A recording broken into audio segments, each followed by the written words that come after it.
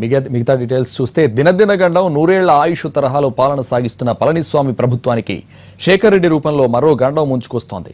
ఇసుక క్వారీలు కాంట్రాక్టులు దక్కించుకునేందుకు తమిళనాడు మంత్రులు ఎమ్మెల్యేలు అధికారులకు నల్లకుబేరుడు శేఖర్ రెడ్డి పెద్ద ఎత్తున ముడుపులు చెల్లించాడు. వాటి విలువ 400 కోట్లకు పైమాటే. తాను ఎవరెవరికి ఎప్పుడెప్పుడు ఎంత మొత్తం ఇచ్చానన్న విషయాలను శేఖర్ రెడ్డి తన డైరీలో అక్షరం పొల్లుపోకుండా రాసుకున్నాడు.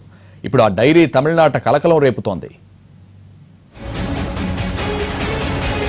గతేడాది డిసెంబర్ 8న శేఖర్ రెడ్డి ఇళ్లు ఆఫీసుల్లో దాడులు చేసిన ఐటీ అధికారులు 147 కోట్ల విలువైన పాత నోట్లను 34 కోట్ల విలువైన కొత్త నోట్లను స్వాధీనం చేసుకున్నారు.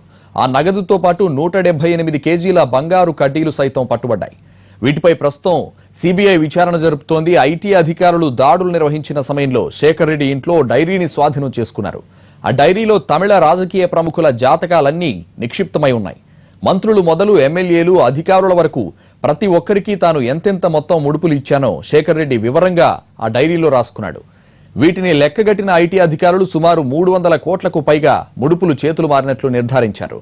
దీంతో సదరు మంత్రులు ఎమ్మెల్యేలు ఉన్నతాధికారులపై చర్యలు తీసుకోవాలని కోరుతూ ఐటీ శాఖ ముఖ్యమంత్రి ఎడప్పాడి పళనిస్వామికి లేఖ రాసినట్టు తెలుస్తోంది.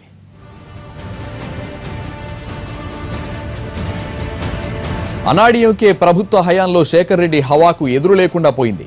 ఇసుక క్వారీలు ప్రభుత్వ కాంట్రాక్టులు అన్నీ అతని మీద జరిగేవి. దీంతో శేఖర్ రెడ్డి కోట్లకు పడగలెత్తాడు. ఈ క్రమంలో ఇసుక క్వారీలు కాంట్రాక్టులు దక్కించుకునేందుకు సహకరించిన మంత్రులు ఎమ్మెల్యేలు అధికారులకు కోట్ల రూపాయలను ముడుపులుగా ఇచ్చాడు. ఇదే విషయాన్ని డైరీలో రాసుకున్నాడు శేఖర్ రెడ్డి. ఇప్పుడు ఆ డైరీ పళనిస్వామి ప్రభుత్వంలో ప్రకంపనలు సృష్టిస్తోంది. ఐటీ శాఖ లేఖపై సీఎం ఎలా స్పందిస్తారన్నది ప్రస్తుతం ఆసక్తిగా మారింది. ఆ లేఖలో ఉన్న వాళ్లు ఎవరన్న దానిపై తీవ్ర చర్చ జరుగుతోంది. ఇప్పటికే ఆర్కే నగర్ ఉప ఎన్నికలో సాక్షాత్తు మంత్రులే 100 కోట్ల వరకు పంపిణీ చేసినట్లు ఐటీ శాఖ నిర్ధారించింది.